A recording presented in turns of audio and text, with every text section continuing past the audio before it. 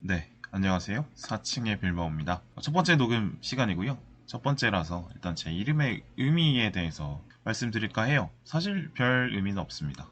제가 현재 4층에 살고 있고, 또 빌바오라는 단어가 마음에 들었어요. 발음하기에 나쁘지 않았어요. 일단 저는 애슬레틱 빌바오라는 축구팀을 제가 알고 있었는데, 이름이 뭐가 좋을까 하다가 그 단어가 문득 생각이 났고, 해보니까, 발음해보니까 괜찮더라고요. 그래서 나쁘지 않은 것 같아서 별다른 의미는 없습니다. 저는 영화 이야기를 주로 할 생각인데, 영화는 주로 소재가 될 거고요.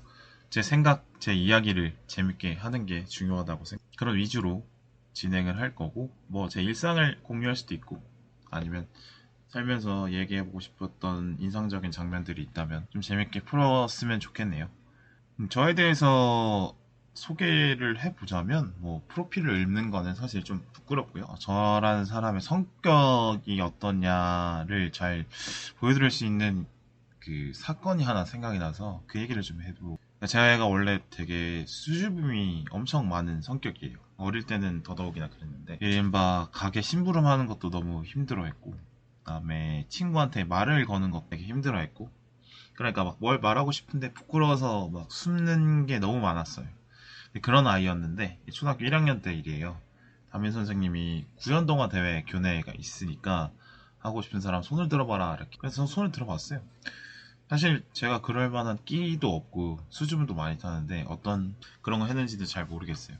대회를 나가게 됐죠. 준비할 수 있는 기간은 일주일이었는데, 여우와 까마귀라는 동화 아시죠? 서로의 입장을 잘 이해하는 게 중요하다라는 나름 연습을 했던 것 같아요. 근데 대회 날이 되고 제 차례가 됐을 때 너무 수줍고 떨려서 아무 말도 못하겠다. 단 한 문장도 소화시키지 못했어요. 저를 바라보고 있는 다른 아이들이나 어른들을 보니까 그래서 결국에는 눈물이 났고 엉엉 울다가 결국엔 제 차례는 끝났어요. 그게 참 뭐랄까요. 근데 이 사건이 제 인생에 좀 영향을 끼친 것 같은 게 두 가지 정도 있는 것 같아요. 일단 성격을 바꿔야겠다는 다짐을 했던 것 같은데, 제 자신에 대해서 실망을 많이 했던 것 같아요. 내성적인 거를 좀 바꿔야 된다 이런 생각을 그때 좀 갖게 된 것 같습니다. 지금 생각해보면 내성적이라는 게 전혀 나쁜 게 아니고 그냥 다른 거잖아요. 내성적인 사람들이 할 수 있는 어떤 자기만의 세계가 확실히 갖춰진 그런 사람들이 가지고 있는 어떤 멋있음이 있는데, 그때는 그냥 그게 틀렸다고만 생각을 했던 것 같아요. 저 어릴 때는 사실 내성적인 성격 고쳐야 된다 이런 말들을 어른들이 많이 했어서 그런 걸 수도 있겠죠. 그래서 성격이 안 맞게 10대 때는 막 반장도 해보고 동아리 활동도 막 열심히 해보고, 20대 때는 마찬가지로 그런 대외 활동들 스스로 많은 사람들 앞에 꺼내는 노력들을 했던 것 같고, 그 덕분에 이제 많은 사람들 앞에서도 유연하게 뭔가 부드럽게 상황을 뭐 지낼 수 있는 어느 정도의 스킬, 아니면 원래 성격과 다른 어떤 좀 외향적인 사람의 가면을 좀 갖추게 된 것. 그럼에도 제와의 대부분의 기본적인 성격은 좀 있는 것 같아요. 그럼에도 좀 결과 노력을 하니까 이제는 뭘까, 처음 보고 모르는 사람이 봤을 때는 저 사람은 좀 외향적인가 보다라고 생각을 할 정도로 좀 능숙해진 것 같습니다. 그리고 이 사건을 통해서 저에 대해서 알게 된 두 번째는 예술에 대한 관심이 꾸준히 있다는 것 같아요. 그러니까 제가 갖고 있는 예술적인 끼가 사실 대단하진 않았던 것 같은데, 예를 들어서 끼가 있으면은 막 티가 나는 친구들 있잖아요. 미술이든 음악이든. 그런 끼가 대단한 친구는 아니었어요. 끼가 있었는데 수줍어서 표현을 못했을, 항상 그쪽에 관심이 많았어요. 그런 끼를 갖고 있는 친구들이 참 부러웠고, 그런 친구들 많이 관찰도 했던 것 같아요. 그러나 나는 여전히 수줍게 있고, 뭐 그런 것들이죠. 이렇게 돌아보니까 어떤 끼를 발산하는 직업, 끼를 발산하는 대체 불가능한 끼를 발산하는 그 사람들 주변에서, 그 주변에서 있는 일들을 대회가 저란 사람을 설명을 해주는 것 같아요. 내성적인 사람이라는 것. 하지만 언젠가는 나도 멋있게 끼를 보여주고 싶다, 이런 욕심이 있는 알 수 있는 사건인 것 같습니다. 네, 그래서 한번 얘기를 이 팟캐스트를 시작하는 것도 어떻게 보면 구연동화랑 비슷하잖아요. 이 팟캐스트 하는 게. 다른 사람들 앞에서 자기 생각을 얘기해보는, 자기 이야기를 해보는. 벌써 뭐 20년, 30년이 다 돼가는 일인데, 그때의 실패를, 이 팟캐스트를 통해서 만회를 해보는 의미도 있을 수 있겠네요. 저는 이런 사람이라고. 자, 오늘 첫 번째로 이야기해볼 영화는 매드맥스 분노의 도로입니다. 벌써 이 영화가 개봉한 지 7년이 됐네요. 또 이 영화관에서 혼자 보고 나왔는데 두 번, 세 번 또 본 것 같아요. 없는 주머니 사정에도. 그만큼 볼 때마다 재미있고 볼 때마다 다른 관점으로 봐서 더 좋았던 영화. 그리고 여러 번 다시 본 17번 본. 이 영화가 제가 정말 좋아했던 이유는 볼거리도 많고 이야기도 재밌고 캐릭터도 좋고 메시지로 봐도 되고 여러 관점에서 영화를 깊게 봐도 지루함이 없는 정말 재밌고 완벽하고 이야기가 풍부한 상업 영화라고. 뭐 여러 가지 할 얘기가 많지만 저는 이 매드맥스 분노의 도로에서 하나 얘기하고 싶은 포인트를 가져왔는데요. 그 포인트는 남성과 여성의 리더십의 차이 이를 극명하게 보여주고 있는 그리고 그걸 통해서 페미니즘은 뭘까에 대해서 조금 얘기를 해볼까 합니다. 매드맥스를 보면 남성과 여성을 상당히 극렬하게 대비시키는 걸 알 수가 있습니다. 이야기를 효과적으로 전달하기 위한 선택이었겠죠. 일단 남성들을 볼까요? 남성들은 임모탄이 가장 대표적인 남성 캐릭터인데 보면 임모탄은 후계자에 집착을 합니다. 아마 곧 있으면 죽는다는 걸 스스로 아는 존재 같아요. 그런데 자신들의 두 아들들이 있죠. 그의 두 아들들이 결점이 있다고 스스로 생각을 하고 어떤 신체적으로나 지능적으로나 결점이 없는 건강한 아이를 낳아서 그 아이에게 자신이 갖고 있는 자원 권력을 넘겨주려고 하는 것 같습니다. 사실 필요하게 넘겨주면 되죠. 두 아들들에게 가지지 못하는 것을 모두 갖고 있는 게 필요사인데 근데 그렇지 않아요. 아무래도 자신과 가장 비슷한 유전자를 갖고 있는 존재가 내가 죽어서도 자신의 권력이나 자원을 꾸려간다면 자신은 영원히 존재하는 것 생각하는 후계자에 주창하지 않았나. 그리고 물을 완벽하게 통제하고 있습니다. 다른 뭐 무기나 기름도 물을 완벽히 통제함으로써 물보다 그 다음 단계의 중요한 무기나 기름을 통제를 한. 이렇게 자원을 꽉 쥐게 되면서 임모탄과 임모탄에게 봉사하는 사람들 아니면 나머지 사람들은 자원을 부족한 상태로 살아가게 만들어져 있습니다. 이렇게 자원을 꽉 쥐면서 자신만큼 동등한 힘을 가진 상대방을 만들지 않으려고 자신의 독점적인 권력을 꾸준히 내려보내려고 하는 욕심이 있는 거죠. 매드맥스에 나오는 워보이들은 수직적인 위계 질서에 집착하고 있는 걸 보여주는데 워보이들은 아무래도 이제 방사능에 노출이 많이 돼서 수명이 짧은 것 같습니다. 그러나 젊은 이 특유의 어떤 열정은 있는 아이들이죠. 근데 이 열정을 투사할 대상으로 바랄라라는 존재하지 않는 걸 설정을 하고 있어요. 임모탄을 위해서 멋있게 죽으면 영원히 살아갈 수 있다라는 어떤 말도 안 되는 이야기를 쉽게 만들고 젊디 젊은 젊은이들이 바랄라라는 어떤 판타지를 위해서 자신의 목숨을 초계처럼 던지도록 설정이 되어 있습니다. 사실 이건 임모탄이 워보이들을 착취하고 있는 거죠. 정당한 대가를 주지 않으면서도 목숨을 버려. 이런 게 어떻게 보면 그런 생각이 들었어요. 세계사를 쑥 훑어보면 수많은 국가들이 전쟁을 치러 왔는데 그 전쟁에서 항상 희생되는 건 젊은 남성들이잖아요. 젊은 남성들의 희생을 통해서 국가가 유지되고 새로 태어나고 또 사라져가죠. 그 가운데 이 젊은이들의 희생은 제대로 보상이 안 되는 경우가 많았고 워보이들을 보면 국가가 젊은이들을 착취했던 모습들이 생각이 나기도 해요. 또 재밌는 건 워보이끼리의 경쟁이 심합니다. 그러니까 내가 더 먼저 멋있게 화려하게 죽을 거야. 그 모습을 다른 또래 남자들과 경쟁하게 만들어요. 그리고 임모탄과 워보이들은 여성들의 신체적 특성만 할 수 있는 여성들의 신체만 할 수 있는 기능을 착취하고 싶어 하지 동등한 존재로 보지는 않는 것 같습니다. 출산과 임신 그리고 뭐 모유 수유 같은 남성 신체로는 불가능하지만 여성은 가능한 그것을 그 기능만 싹 가져오려고 하지 여성들을 동등한 존재로 인정하지 않고 있죠. 근데 결과적으로 이런 상황에서 시타델에 살고 있는 임모탄과 워보이들과 그다음에 여성들이 있는데 이 중에 임모탄만 만족하는 삶을 살고 있는 것. 임모탄은 스스로 이 세상을 수호하는 척, 여러분의 모두를 위해서 일하는 사람인 척 하지만 본인이 하고 싶은 대로 임모탄의 지배를 인정하고 받아들이고 열심히 경쟁해서 상위에 올라간 사람들만 풍족하게 살 수 있도록 이런 세팅을 해놓은 거죠. 글쎄요, 임모탄이 뭐 행복했을지 모르겠습니다. 뭐 높은 권력을 가진 사람은 외롭다고들 하는데 행복했을지는 여전히 죽을 때까지 이루어지지 않는 목표를 위해서 태우다가 허망하게 죽으니까. 반면에 여성들의 모습을 볼까요? 여성들은 일단 다섯 아내와 퓨리오사가 나오는데 다섯 아내들 중 스플렌디드가 리더십을 좀 보여줍니다만 포괄적으로 뭐 나머지 아내들을 끌고 가는 건 아니에요. 그리고 퓨리오사도 다섯 아내들을 이끌고 탈출을 시도하지만 강한 책임감을 느끼고 이들을 보호하려고 하지 뭐 부하로 여기니까. 그리고 또 다른 여성 집단이죠. 부발리니들은 서로 자매로 여기고 특정한 보스 없이 수평적인 의사가 결정 과정을 통해서 꾸려가는 집단으로 보이죠.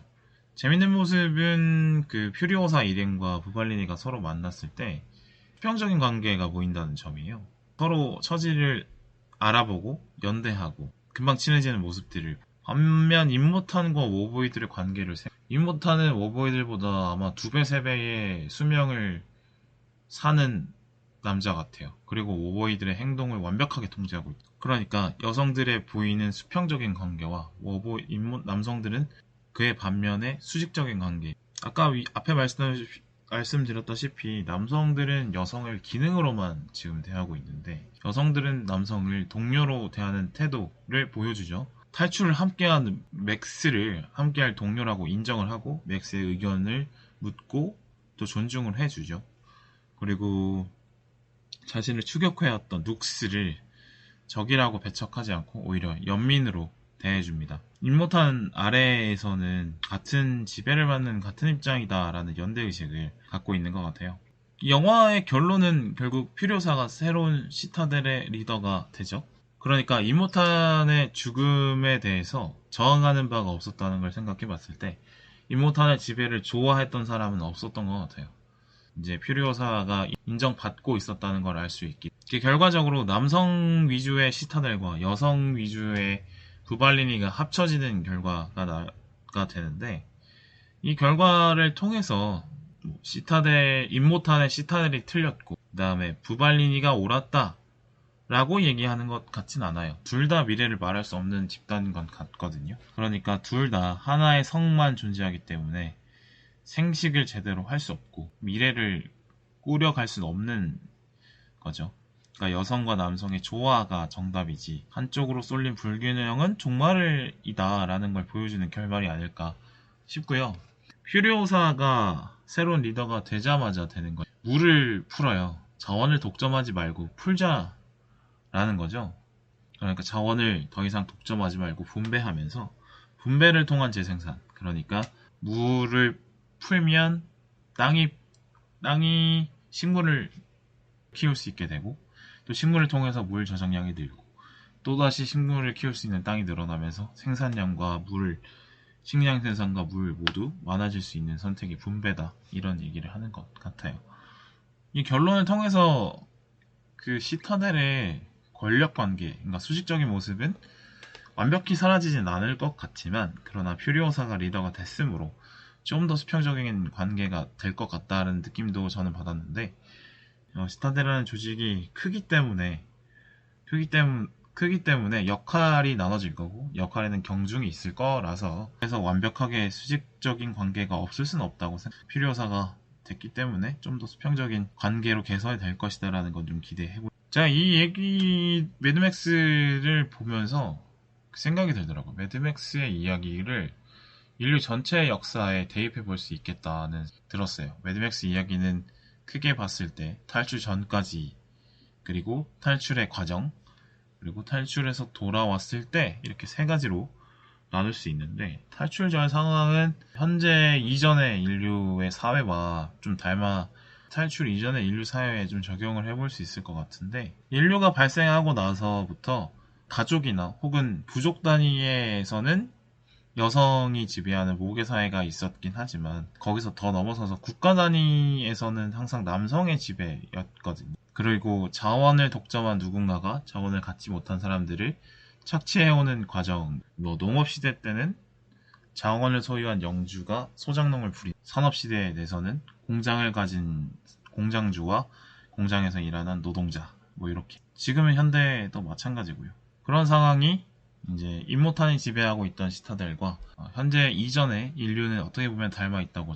그리고 탈출 과정, 그러니까 피지배를 받던 여성들이 사회적 지위가 조금씩 상승하고, 사회적 지위의 상승에 따른 리더가 되는 경우도 많이 생겨나고 있습니다. 예전에 비해서.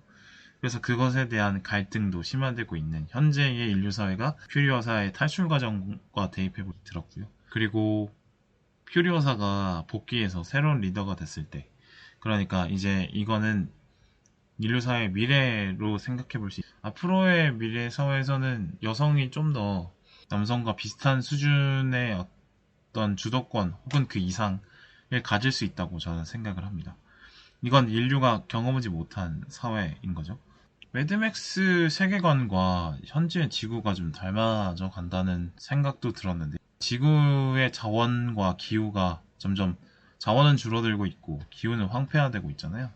인류는 항상 새롭게 착취할 땅을 찾는 방식으로 자원을 처리해 왔는데, 경작할 땅을 누리고 나무를 벨 숲을 찾고 또 다른 기름이 나올 땅을 찾아서 그런 방식으로 계속 인류가 팽창해 왔습니다만, 지구에서 더 이상 개발할 땅이 남지 않은 상황이, 그리고 기후는 점점 황폐해지고 있고, 만약에 기온이 1도만 더 올라간다면 더 이상 돌이킬 수 없을 것이다 라는 경고가 많이 나오고 있죠. 그래서 인류가 만약에 지금처럼 자원을 독점하는 방식으로 진행을 하려면 새로운 땅이 있어야 되는데, 예를 들어서 화성에 진출한다든지 또 다른 항성계로 진출한다든지 이런 식의 새로운 확장이 계속 필요한 상황인데, 그런 확장이 성공하는 것보다 지구에서 인류가 멸하는 게 훨씬 빨라 보이는 게 요즘이잖아요. 점점 지구가 매드맥스의 세계관처럼 황폐화되고 있다라고 볼 수 있을 것 같아요. 그러면 이 매드맥스의 결말을 통해서 조지 밀러 감독이 이 인류 사회에 하고 싶은 말이 있을 것 같다고 생각이 드는데, 그걸 제가 만약에 좀 추측을 해보자면, 앞으로 여성의 사회 참여가 늘어났듯이 여성이 권력의 정상에 서는 케이스들이 더 많아질 것이다. 앞으로는 더 그럴 거다라는 걸 좀 말해주는 것 같고요. 그리고 자원을 독점하는 방식이 좋은 분배냐라는 걸 물어보는 것 합니다. 임모탄처럼 하나의 강력한 리더 아래에서 강력한 리더가 의사결정을 하고 그것을 따라가는 것이 지금까지의 인류의 의사결정 방법이었다면, 이제는 좀 더 많은 집단의 구성원 전부가 결정에 참여하는 방식이 더 맞지 않느냐라고 감독은 얘기하고 있는 것 같아요. 저는 이 감독이 이 영화를 통해서 지금의 지구에 하고 싶은 말들을 저는 되게 공감을 많이 했거든요. 제가 생각할 때도 지금까지의 방식과는 다른 새로운 방식으로 변혁이 필요한 시점이라는 느낌은 많이 들고, 지구의 자원을 대하는 인간의 방식에 대해 이제는 정말 생각을 바꿔볼 필요가 있다는 게, 자원은 과연 소유할 만한 정당한 이유가 어디서 오느냐, 그런 거에 대한 질문도 할 수 있다고 저는 생각해요. 여성들이 좀 더 권장될 만한 리더십을 보여주고,